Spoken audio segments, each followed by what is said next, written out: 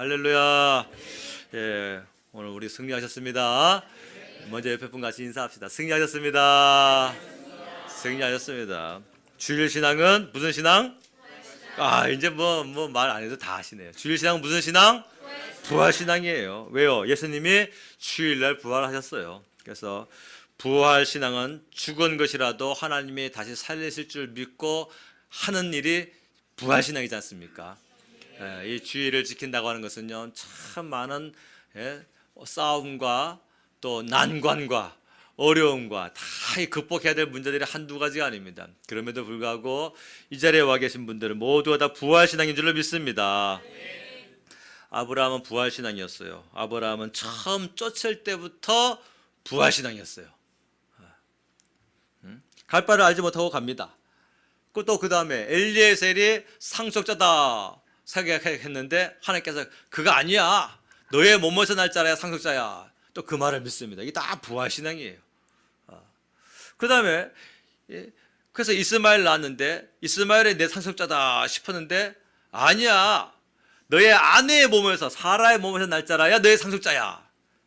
그러면서 하나님 하신 말씀이 나중에 이스마엘을 집에서 내쫓으라는 거예요. 아니, 이삭이 아직도 뭐 큰 자가 된 것도 아닌데 그 아브라함이 그냥 그대로 따릅니다. 순종합니다. 자, 그 다음에 그 이삭이 장성한 자가 됐을 때에 하나님께서 모리아 산에다가 번제를 갖다 바치라는 거예요. 유로 좀 가는 것 같다가 다시 제자리 원점으로 무로 뚝 떨어지게 만드는 겁니다. 그런데 아브라함은 순종합니다. 왜요? 다시 살리실 줄로 생각한지라. 그게 부활신앙이었단 말이에요. 아브라함은 전부 다 부활신. 그래서 아브라함을 우리가 믿음의 뭐다? 조상이다. 한국 사람은 당군 신화를 만들고서 당군이 우리의 조상이다 말하는 것. 그 헛된 신화를 따른 사람도 얼마나 많아요. 하물며 변개할 수 없는, 변치 못하는 하나님의 말씀에 우리의 모든 믿음의 조상을 아브라함으로 세우시고 아브라함의 첫 출발이 부활의 신앙으로 이기고 싸우고 나가게 하셨다고 한다면 앞으로 우리가 지금 살아가고 있는 모든 문제의 대소간의 결정의 문제에 대해서 전부 다 부활 신앙을 해야만 이길 수 있단 말이에요. 대충 합의보고 대충 상의해놓고 대충 그냥 이게 절충하고 그런 신앙이 아니라 제대로 된 신앙, 무리를 걸을 수 있는 믿음 되시길 주님으로 축원합니다. 베드로가 예수님 말씀에 오라, 그 말씀 듣고서 자연의 이치로 간다면 당연히 그 풍랑이는 밤바다에 떨어져서 빠져서 죽을 수밖에 없는 그 자연의 이치를 베드로가 이겨냅니다. 기적을 체험하잖아요. 그러니까 우리가 너무 자연적으로 자연스럽게 우리 이 말 하면 안 돼요. 자연스럽게, 이 자연스럽다라고 하는 것이 익숙하다라는 뜻이거든요. 근데 우리가 육의 사람이잖아요, 사실은요. 내가 이 본능이 육의 사람이란 말이에요. 그래서 우리가 좀 불편한 것, 내 육신의 어떤 그런 생각이나 이런 것들 좀 불편한 것을 좀 견뎌내야 되는데 이 자연스러운 걸 너무 좋아하는 거예요. 익숙한 걸 좋아하고 너무 어려운 걸 싫어하는 거예요. 너무 큰 싸움은 자꾸 회피하려고 하고. 이스라엘 백성들이 하나님께서 블레셋 땅으로 인도하지 않냐고 처음에 그들을 애굽에서 이끌어낼 때에 홍해 앞으로 인도하시고 그 위쪽인 블레셋 땅으로 인도하지 아니한 이유에 대해서 성경은 뭐라고 합니까? 그들이 전쟁을 만나면은 두려워서 애굽으로 돌아갈까 염려함이라. 그래서 그들을 홍해 앞으로 인도하신 거예요. 그래서 홍해 앞에는 홍해, 뒤에는 바로건데 꼼짝달싹 못하게 딱 만들어 놓고서 하나님께서 없던 길을 열어주셔가지고 그들 통과하게 하고 뒤따라왔던 바로건데 수장시키는 것이 하나님의 계획이었단 말입니다. 우리가 신앙이 어릴 때는요, 싸우는 거 싫어해요. 어려운 환경과 부닥치는 거 싫어한단 말이에요. 피해가려고 그래요. 그래서 애굽으로 돌아가려 한다고. 그래서 하나님께서 우리를 진퇴양난, 앞으로도 못 가고 뒤로도 못 가게 만드는 그 꼼짝 못한 상황 가운데 우리를 인도하시는 이유가 뭘까요? 그 없는 곳에서 길을 만드시는 일이 하나님께서 하시는 전문 분야란 말이에요. 그걸 믿는 것이 부활신앙이란 말입니다. 부활신앙이 뭡니까? 불가능한 상황 속에서도 하나님은 일하신다. 그게 우리 신앙이 돼야 되거든요. 따라서 해봅시다. 부자연스러운 게 복입니다. 너무 자연스러운 거 좋아하지 마세요. 내가 너무 익숙한 거, 내가 너무 편안한 거, 그거 너무 좋아하지 마세요. 하나님이 하시는 일은 그 부자연스러운 상황 그 속에서도 하나님은 새 일을 행하신단 말입니다. 이스라엘 땅에 가면 바다가 두 개 있잖아요. 갈릴리 바다와 사해 바다. 갈릴리 바다에 보통 배값이 한 10달러 정도 하거든요. 그러니까 우리나라 돈으로 하면 얼마입니까? 10달러면 한 10,000원 조금 넘네, 그죠? 한 12,000원 정도 되네. 근데 갈릴리 바다가 보통 배값이 다 10달러 정도 하는데 어느 곳에 가면은 배값이 이 사공이 하는 말이, 선장이 하는 말이, 여기 이 구간은 100달러입니다. 10배나 비싼 거예요. 그래가지고 뭐 이렇게 비쌉니까? 여기는 갑자기 왜 100달러입니까? 그랬더니 여기는 예수님께서 무리를 걸으신 곳입니다. 그런 거예요. 그래가지고 하도 비싸가지고 예수님도 내려서 걸어가셨구나.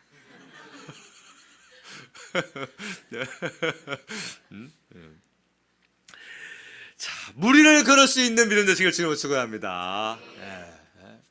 두려워하지 마세요.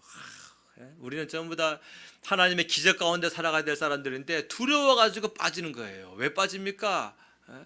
물론 자연적인 이치로는 빠져서 허우적될 수밖에 없어요. 그런데 믿음의 사람들은 하나님께서 붙드셔가지고 그 어려운 환경 위로 걸어갈 수 있게 만드시는데 부활의 신앙이 되지 못하니까 자기를 맡기지 못하고 드리지 못하고 하나님 죽으면 죽으리다 이 신앙으로 살아가는 것이 우리 신앙인데 죽기를 무서워하는 거예요. 두려워하는 겁니다. 그래 부활 신앙이 못 되고 하나님의 기적은 점점 메말라가는 거죠. 내 이치와 내 방법과 내 계산에 맞는 신앙생활, 그게 무슨 신앙생활이에요? 그 신앙생활 아니잖아요. 신앙생활은 뭡니까? 맡기는 거잖아요. 믿으실 자, 우르르 앙자, 믿고 바라보고 우르르 보는 거지 않습니까? 하나님 일하심을. 할렐루야. 자, 그래서 오늘 하나님 말씀이 나의 왕, 나의 하나님이십니다 라는데 오늘 이 말씀을 통해서 우리가 세 가지로 큰 교훈을 받아야 됩니다. 첫 번째로는 하나님이 나의 왕이시다는 거예요. 따라서 해봅시다. 나의 왕, 나의 하나님이십니다. 아멘. 제자 도마가 그 말을 합니다. 언제? 나의 주님이시요 나의 하나님이십니다. 그 고백을 했어요. 예수님 부활하셨다는 말을 듣고서도 눈으로 보지 못했으니까 죽은 것은 봤는데 그 다음에는 못 봤거든요. 그 다음 사건에 대해서 눈으로 확인이 안 되니까 못 믿고 있는 거예요. 믿음은 뭡니까? 바라는 것들의 실상이요 보지 못하는 것들의 증거인데 도마는 보지 못했으니 못 믿고 있는 겁니다. 우리가 하나님의 그 일하심에 대하여서 기도하잖아요. 그러면 내가 넘어야 할 산은 이만큼의 태산이라 한다 할지라도 그 너머에서 일하시는 나를 기다리시는 그 하나님의 능하신 손길을 바라볼 수 있거든요. 그게 바로 믿음이란 말입니다. 그 뜻이에요. 내가 하나님께서 나에게 부어주실 그 복이 지금 내 눈에 안 보입니다. 왜? 산에 가려져 가지고. 하지만 하나님이 살아계신 것이 아니라 나를 위하여 살아계시고 역사하시고 일하심을 믿는 것. 그게 바로 믿음은 바라는 것들의 실상이요 보지 못하는 것들의 증거다. 그 뜻이란 말이에요. 근데 도마가 예수님의 죽음만 눈으로 봤지 부활하심을 못 봤거든요. 그러니까 믿지 못하는 거예요. 예수님이 나타나셨죠. 도마야 나 만져봐라. 그리고 보고 믿는 자 되지 말고 안 보고도 믿는 자 되라. 우리가 안 보고 믿는 자 될 수 있을까요? 사람이 안 보고도 될 거다라는 믿음이 있을까요? 누가 그런 믿음이 있는가 봤더니 백부장이 그 믿음이었더라고요. 백부장은 안 보고도 믿는 신앙이었어요. 백부장은 자신의 그 하인이 병들잖아요. 마태복음 8장에 보면. 그래서 그 자기의 그 죽어가는 하인을 고침받게 하기 위해서 예수님 앞에 이제 간청을 하는데 마태복음에는 백부장이 직접 간 걸로 표현되어 있지만 그것은 이제 제자 마태가 간단하게 기술을 하느라고 그건 중요한 것이 아니니까. 하지만 누가복음을 보면요. 백부장은 하인과 함께 자기 집에 있고 이스라엘 장로들을 보냅니다. 그 장로들이 와가지고 예수님께 와가지고 부탁을 하죠. 예수님, 우리 그 백부장의 말은 들어줘야 됩니다. 반드시 들어야 됩니다. 그가 우리를 위하여 얼마나 많이 좋은 일을 했고 심지어 우리를 위하여 회당까지도 지었으니 예수님 그 백부장의 간청은 꼭 들어주셔야 됩니다. 이 얘기 들어보니까 죽어가는 하인을 고쳐달라는 거예요. 그래서 예수님 가자 하는데 예수님께서 가시는데 백부장의 집에서 또 종이 또 옵니다. 종들이 와가지고 종들이 백부장에게 들은 말을 예수님에게 전달을 합니다. 전달하는데 뭐라고 전달하느냐? 예수님, 오지 마세요. 거기 계신 곳에서만 말씀해 주세요. 그 계신 곳에서 말씀하면은 이 수킬로미터 떨어진 내 집에 앓고 있는 내 종이 나을 줄로 믿습니다. 안 보고 믿는 거예요. 안 보고. 세상에. 그러면서 아주 유명한 말을 하죠. 나도 남의 수하에 든 사람이요, 내 아래도 병사가 있으니 이더러 가라 하면 가고 저더러 오라 하면 오고 내 정도로 이것을 하라 하면 하나이다. 이게 뭔 말인지 아세요? 말의 권세를 자기가 안다는 뜻이에요. 나도 남의 수하에 있는 사람이요, 내 아래도 병사가 있으니 야, 너 일로 와 하면 그가 오고, 너 절로 가 하면 절로 가고, 너 얘 보고 너 이거 해 하면 한다. 그것처럼 예수님 계신 곳에서 말씀을 하십시오. 그 말은 내 말도 사람인 나의 말도 절대로 헛되어 들리지 않냐고 권세를 가지고서 움직일 수 있다고 한다면, 하나님의 아들이신 예수님께서 그곳에 계셔서 말씀을 하신들 왜 안 되겠습니까? 말씀을 하시옵소서. 그 얘기예요. 세상에 이런 믿음이 어디 있습니까? 그러니까 예수님 뭐라 하십니까? 내가 이스라엘에서 이런 믿음을 만나지 못했다. 참 이스라엘 민족들 앞에서는 창피스러운 얘기죠. 왜요? 하나님을 벌써 수천 년 동안 섬겼던 이 이스라엘 백성들에게는 그런 믿음이 없는데, 백부장은 뭡니까? 로마 사람이에요. 로마 사람. 이 복음을 들은 지 얼마나 됐겠어요. 근데 예수님을 향한 정확한 믿음과 그 말씀을 향한 신뢰가 있는 거예요. 안 보고도 믿을 수 있는 믿음 되시길 주님으로 축원합니다. 네. 사랑하는 여러분, 우리의 믿음이 내가 스스로 인정하는 믿음이 아니라, 또는 우리끼리 서로 아유 괜찮네, 잘하네, 대단하네, 그 우리 사람에게 서로 인정받는 믿음이 아니라, 정말 하나님은 나를 신뢰할 수 있는가? 하나님은 나를 무엇을 맡기든지 무엇을 명령하든지 어떠한 기준을 내세우시든지 하나님의 말씀대로 내가 살아갈 수 있다라고 하는, 하나님이 우리를 신뢰할 만한 사람이 되는가? 다윗은 왕이었어요. 그런데 다윗은 하나님께 나의 왕이라고 고백합니다. 다윗은요, 자기의 말 한마디가 그 법이거든요. 왕 돼 보셨어요? 왕 되면 어떻습니까? 말이고 법이에요. 거역하면 큰일 날입니다. 집안에도 왕 가끔씩 있죠. 리모컨 탁, 리모컨 와야 돼. 밥 5분 만에 밥 딱 나와야 됐죠. 집안에 막강한 권세를 가진 왕들이 있죠. 비행기 안에서 왕권을 행사했다가 사과했던 여자도 있잖아요. 네? 세상에 이렇게 자기가 왕으로 생각하는 사람들이 있어요. 다윗은 그 모든 것을 다 통틀어도 제일 위의 왕입니다. 나라의 왕이에요. 그 통일 이스라엘 국가, 암몬, 모압, 아람, 에돔, 블레셋 뭐 전부 다 장악을 하고서 조공을 다 받는 아주 위대한 왕이었습니다. 근데 그 다윗 왕도 하나님이 내 왕이십니다, 그 고백을 해요. 그리고 하나님의 말씀을 자기의 거울로 삼습니다. 오늘 우리 교회 올 때 다 거울 보셨을 거 아니에요? 내 얼굴이 왜 이래? 오늘은 좀 이게 부었네. 기미와 주근깨와 다크서클이, 흰머리가.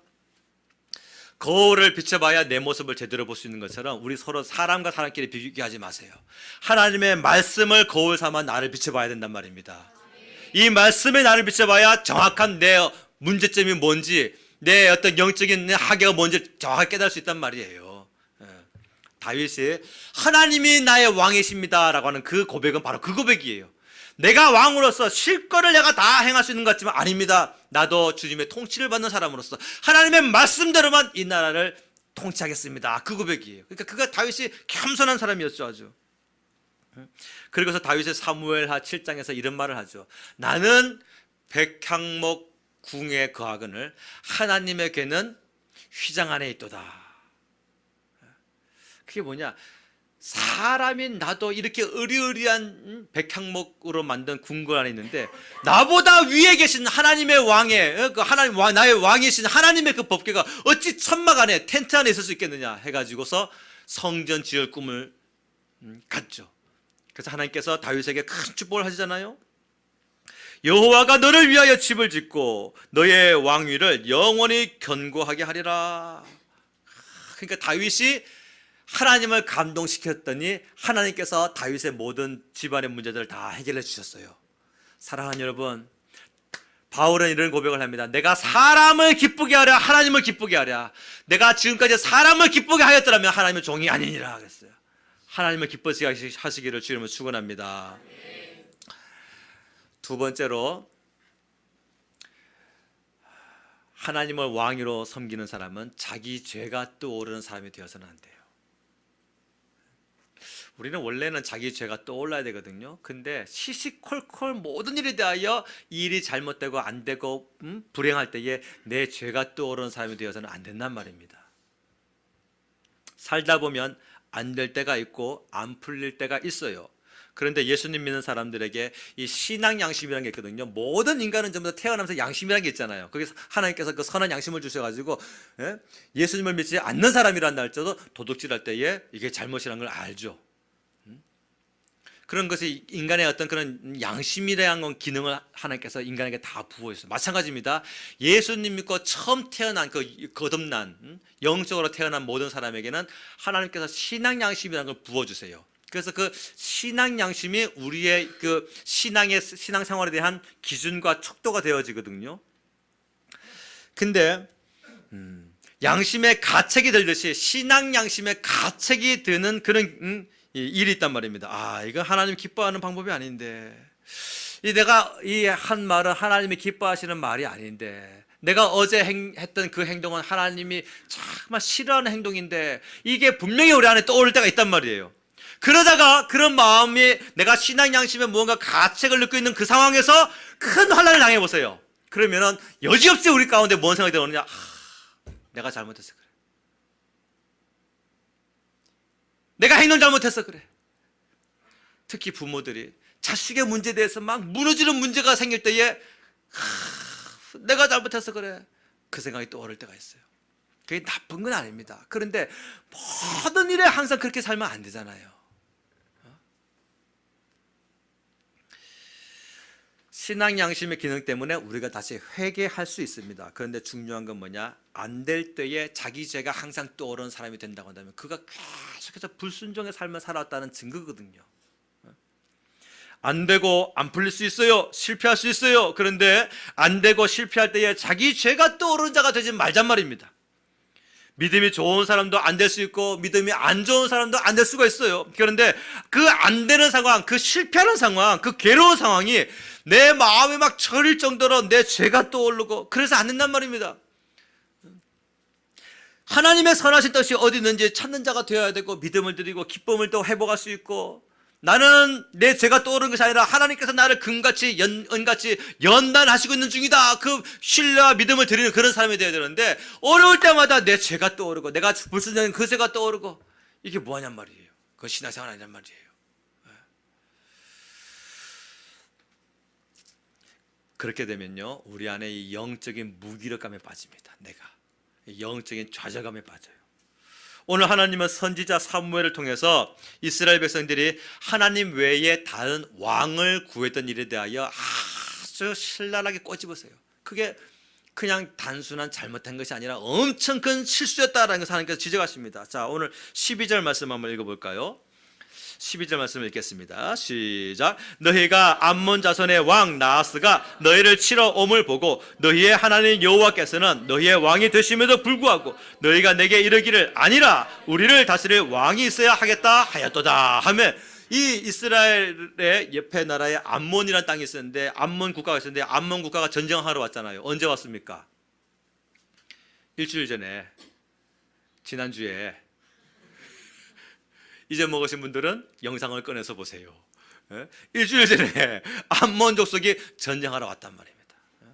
이스라엘 백성들은 항상 이 가운데 끼었어요. 블레셋과 암몬과 모압과 위에 아람과 이 해가지고 가운데 끼어가지고 좌우간 고래 싸움에 새우등 트지는 그런 문제를 참 많이 경험했습니다. 그런데 이스라엘 백성들이 하나 몰랐던 게 있는데, 비록 다른 나라들은 이미 벌써 왕정 체제로 갔다 한다 할지라도 그들의 왕은 하나님이란 말이에요. 아멘. 예. 근데 그들의 마음 가운데 다른 나라도 하고 있는데요, 그 마음이 있는 거예요. 자녀를 키우는 분들은 다 공감하실 거예요. 아들이나 딸을 딱 앉혀놓고서 야, 너 이러면 되겠냐 하면은 잘못된 행동을 지적하면 거의 0.1초 만에 듣는 말이 뭡니까? 다른 애들도 다 하는데요 뭐.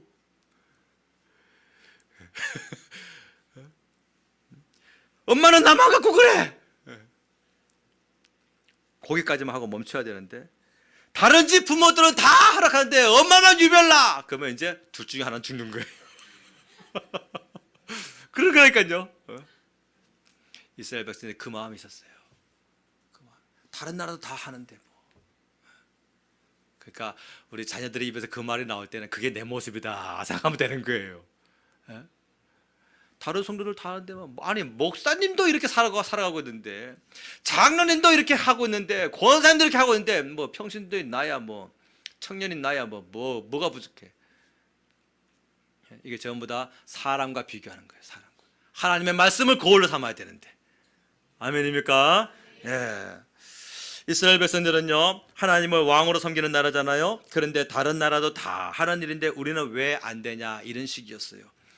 성도가 신앙이 반듯해야 되는데 반듯하지 못하면 자꾸 세상이 이미 먼저 만들어 놓은 견고한 체제를 부러워하고 자꾸 그 모습을 사모하면서 가게 돼 있어요. 아닙니다. 하나님이 먹이시고 하나님이 비시고 하나님이 책임지시고 하나님이 인도하십니다. 그게 바로 부활신앙이에요. 내 눈에 보이지 아니해도 하나님은 일하십니다. 네. 이스라엘 백성들은 깨달아야 했어요. 다른 나라는 왕 세우고 다른 나라는 군사들 그래가지고 상비군이 항상 있잖아요. 이스라엘은 상비군이 없거든요. 이스라엘은 왕도 없고 상비군도 없어요. 상비군이라는 게 뭡니까? 항상 존재하는 군인들. 근데 그 항상 군부대를 유지하기 위해서는요 돈을 얼마나 갖다 대야 됩니까? 먹을 것도 많이 대야 되고 세금도 많이 내잖아요. 근데 이 사람들 그걸 부러워하는 거예요. 이들은 상비군도 없고 왕도 없어요. 근데 지금까지 어떻게 살아왔어요? 옆에 나라가 쳐들어올 때에 그때 부르짖고 기도하면 하나님께서 사사 세우셔가지고 드보라나 기드온이나 또 입다나 삼손이나 이와 같은 사사들 세워가지고 한순간에 다 정리하고 그래서 그들로 하여금 사람은 왕이 될 수 없다. 사람이 만들어온 체제로서는 우리가 살아갈 수 없다. 그걸 깨닫게 하시는 것이 하나님의 방법이거든요. 할렐루야. 예. 하나님께서 지금 이 암몬 족속과의 전쟁, 이 전쟁 통해서 아주 시급한 이 전쟁 통해서 하나님께서 잘 하시고 싶었던 말씀이 있어요. 그게 뭡니까? 나 너희들의 왕이냐? 내가 너의 왕이냐? 진짜 한번 말해봐라. 너희가 나를 왕 삼지 않았잖아. 하나님께서 그걸 꼭 꼬집고 싶으신 거예요. 암몬 족속과 이방 민족들과 싸우기 위해서 그들에게 왕과 상비군이 필요한 것이 아니라 하나님 앞에 견고한 믿음이 필요했던 거예요. 예. 이스라엘 백성들이 다른 왕을 요구한 일이 얼마나 큰 죄였는지, 하나님이 얼마나 그 문제 가지고 섭섭해하시고 싫어하셨고 분노하신 일이었는지를 그들에게 깨닫게 하시는데 불가능한 일을 하나님께서 하게 하십니다. 자, 17절 말씀 읽어보겠습니다. 17절부터 18절 시작. 오늘은 밀 베는 때가 아니냐? 내가 여호와께 아뢰리니 여호와께서 우레와 비를 내리사 너희가 왕을 구한 일 곧 여호와의 목전에서 범한 죄악이 큼을 너희에게 밝히 알게 하시리라. 이에 사무엘이 여호와께 아뢰매 여호와께서 그날에 우레와 비를 보내시니 모든 백성이 여호와와 사무엘을 크게 두려워하니라. 아멘. 오늘은 밀 베는 때가 아니냐. 이게 지금 밀 베는 시즌이란 말이에요. 근데 이스라엘 백성들이 보리는 3, 4월에 추수를 하고 밀은 5, 6월에 추수합니다. 그런데 밀 베는 때라고 하는 것은 지금이 5월과 6월 사이라는 뜻이에요. 근데 아시다시피 이스라엘은요 우기와 건기가 정확하게 나눠져 있어요. 우리나라는 봄에도 비가 오고 여름에도 비가 오고 가을에도 비가 오고 요즘은 겨울에도 비가 와요. 사시사철 비를 봅니다. 근데 이스라엘은 이게 아니에요. 딱 나눠져 있어요. 우기와 건기가. 그래서 4월부터 10월까지는 건기예요. 비가 한 방울 없어요. 그러다가 11월부터 12, 1, 2, 3월까지는 다시 또 우기로 돌아옵니다. 그때는요 주구장창 비가 와요. 그래서 11월 달에 오는 그 비를 이른비라고 하고 그 다음에 내년 3월 달에 반드시 또 와야 되는 그 비를 늦은비라고 하는 거예요. 이른비가 와야 건기 동안에 딱딱 딱 굳어진 땅을 파헤쳐 가지고 씨를 뿌릴 수 있는 겁니다. 그러니까 이른 비가 안 오면 한 해가 망쳐져 버리는 거예요. 성경 읽을 때에 하나님께서 이른 비와 늦은 비를 내게 부어주사, 이것은 어마어마한 축복이란 말입니다. 그 건기, 6개월 7개월 동안의 건기를 다 갈아엎을 수 있는 힘이 어디에 있는 거예요? 이른 비에 있는 거예요. 그 다음에 마지막에 늦은 비가 또 한 번 와야 됩니다. 3월 달에. 그래야지 이 씨를 뿌리고서 이 식물들이 자라나는 것에 대한 마지막 영양분 공급을 딱 해줘야 이제 3, 4월에 버리고두고 5, 6월에 밀거두는 거예요. 지금이 밀베는 때가 아니냐, 그 말은 명백한, 너희도 알다시피 비가 안 오는 건기 아니냐, 그 얘기입니다. 그런데 너희들이 왕을 구하는 일이 하나님을 얼마나 섭섭해 하시고 얼마나 싫어하시고 얼마나 분노하시는지를 알게 하겠다 하는데, 갑자기 먹구름이 막 몰려오면서 우르르 쾅쾅 막 우레와 번개가 치면서 비가 쫙 쏟아지는 거예요. 그 비를 맞고 있는 이스라엘 백성들의 마음 가운데, 하나님, 우리가 잘못했습니다. 불쌍히 여겨 주옵소서. 세상을 부러워했고 편안함을 부러워했고 싸워나가지 못하고 하나님을 왕으로 섬기지 못했던 내 행동을 회개합니다. 용서하여 주시옵소서. 그리고 그들이 하나님 앞에 고백합니다. 자, 19절 말씀이에요.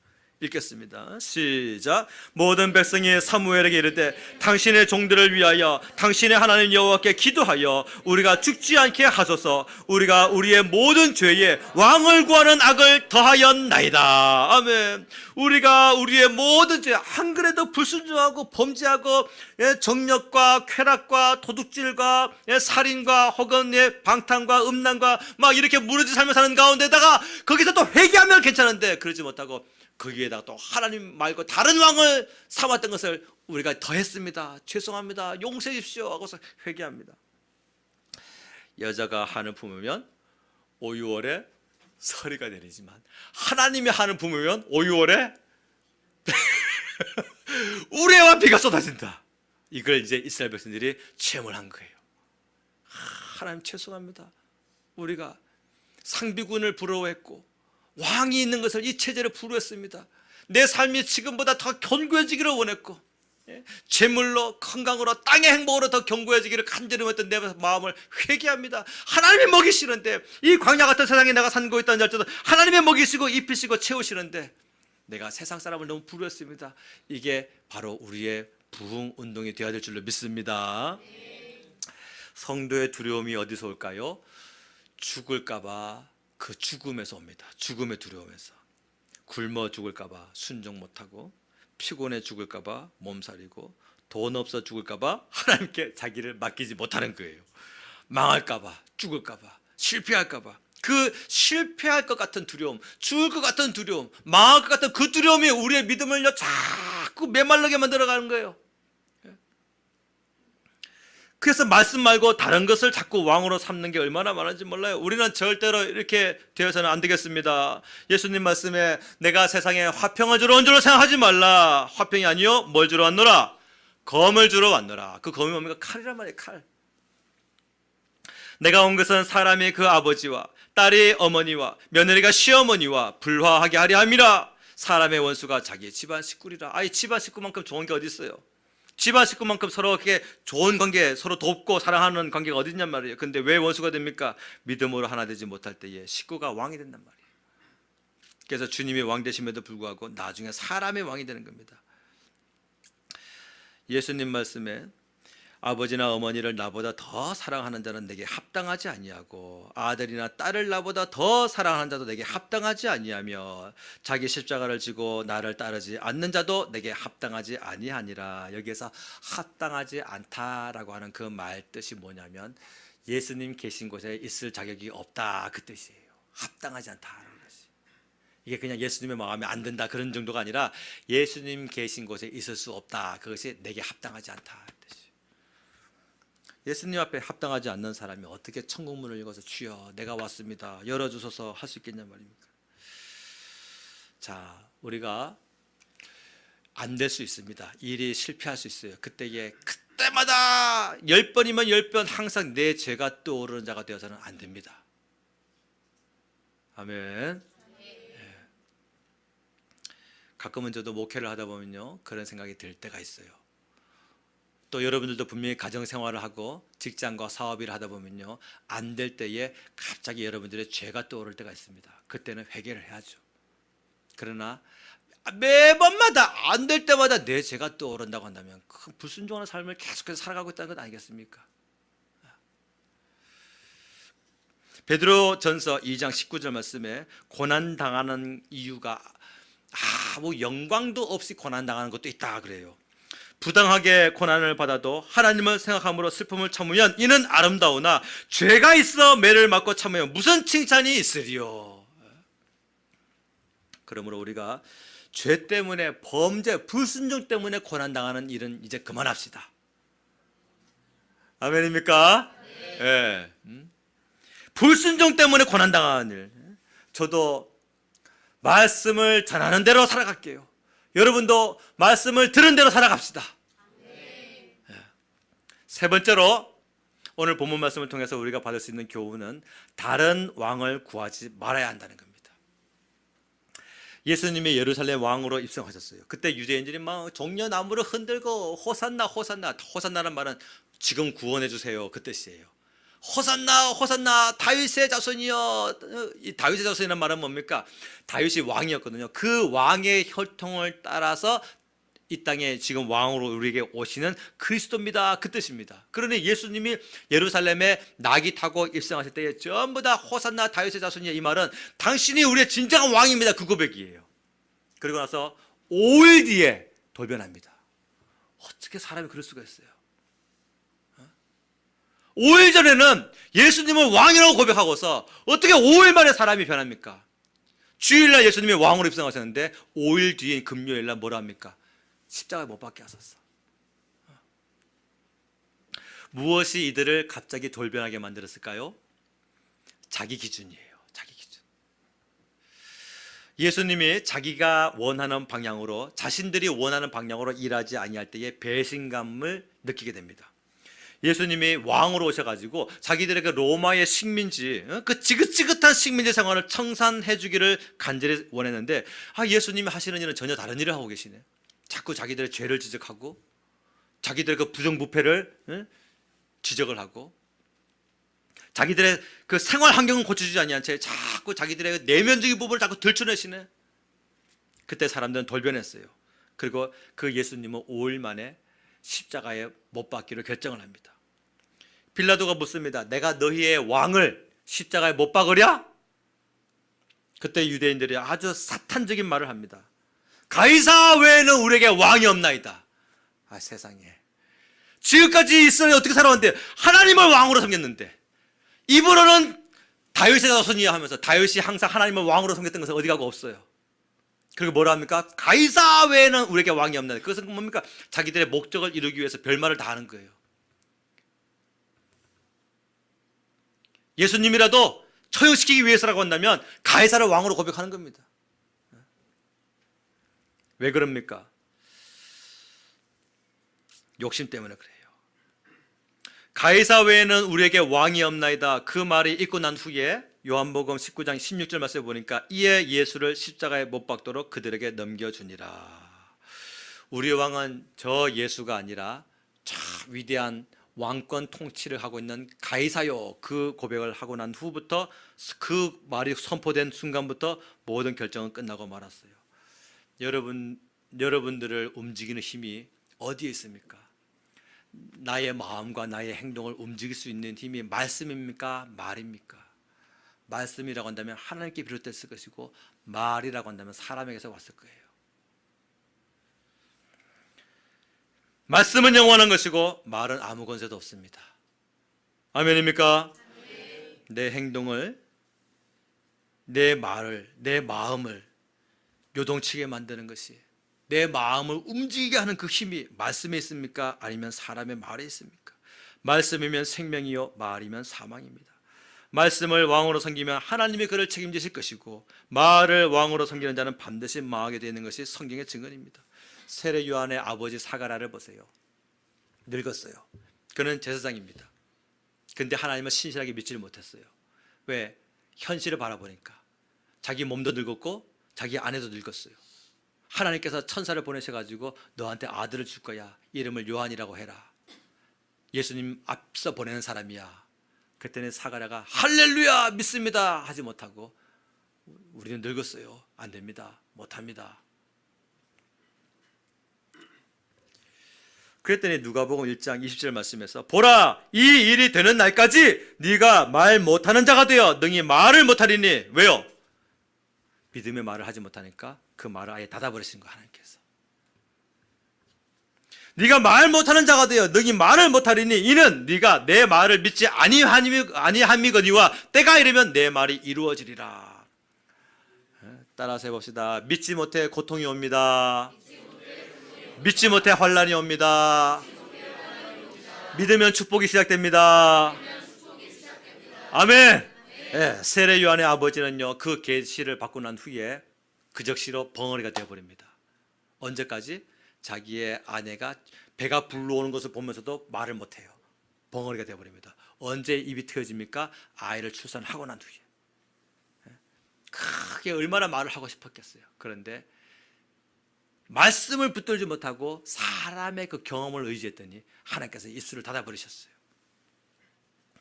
말씀 외에 다른 걸 왕으로 삼지 마시기를 주 이름으로 축원합니다.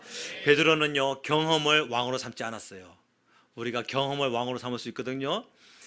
깊은 데로 가서 그물을 내리라 하실 때에 주여 우리가 밤이 맞도록 수고하였으되 여기서 경험을 의지하는 사람이라고 한다면 해봤잖아요 예수님 안 되거든요 이렇게 말할 건데 베드로가 뭐랍니까? 말씀에 의지하여 그물을 내리리다. 그물 다 씻었어요. 그물 씻어봤습니까? 시골에서 그 족대를 가지고 흙탕물에 가지고 막 건져도 이게 여기 이끼 같은 게 낍니다. 이 양쪽 배를 두 배를 끌고 가지고서 이게 막 쫙 끌고 가면서 물고기를 잡는 이 큰 그물을 다 손질해서 씻어버렸어요. 근데 예수님 말씀에 깊은 데로 가서 그물을 내리라. 다시 내리라는 거예요. 그 얼마나 번거로운 일이에요. 수고스러운 일입니까? 실패를 밤새도록 하고 왔는데 근데 베드로가 그 자기의 경험을 의지하지 않아요. 그리고 말씀을 의지합니다. 아멘. 그랬더니 사람들이 뭐랍니까? 속으로는 아이 저 베드로 바보짓 하고 있네. 그물 다 씻어놓고 뭐 하는 거야? 낮에는 물고기가 깊은 데에 없고 이 해안가 쪽으로 나오는 거 몰라? 잘 알 텐데 누구보다 잘 알 텐데 어부생활했던 베드로가 바보같이 그물을 또 가지고 있네. 근데 베드로가 돌아올 때는요 그물이 찢어지도록 물고기를 잡았어요. 이토록 말씀을 의지한다고 하는 것이 사람들 눈에 너무너무 바보스럽지만은 하나님의 축복을 받는 지름길은 사실입니다. 거리 전도를 왜 나갑니까? 밤이 맞도록 수고해서도 얻은 것이 없지만은 하나님의 감동이 내게 있으니 또 말씀을 의지하여 나갑니다. 친척 전도, 가족 전도, 친구 전도 내 방법으로 하는 거 아니에요. 주여 내가 밤이 맞도록 수고하였어도 얻은 것이 없지만은 또 오늘 이 예배를 통하여 말씀을 통하여 내 가슴에 또 도전을 주시니 말씀을 의지하여 내가 그물을 내리러 가겠습니다. 지금까지 내 몸을 움직이게 하는 힘이 말이었다고 한다면 이제 걷어쳐야 돼요. 걷어쳐야 돼요. 피조물이었다고 한다면 걷어쳐야 돼요.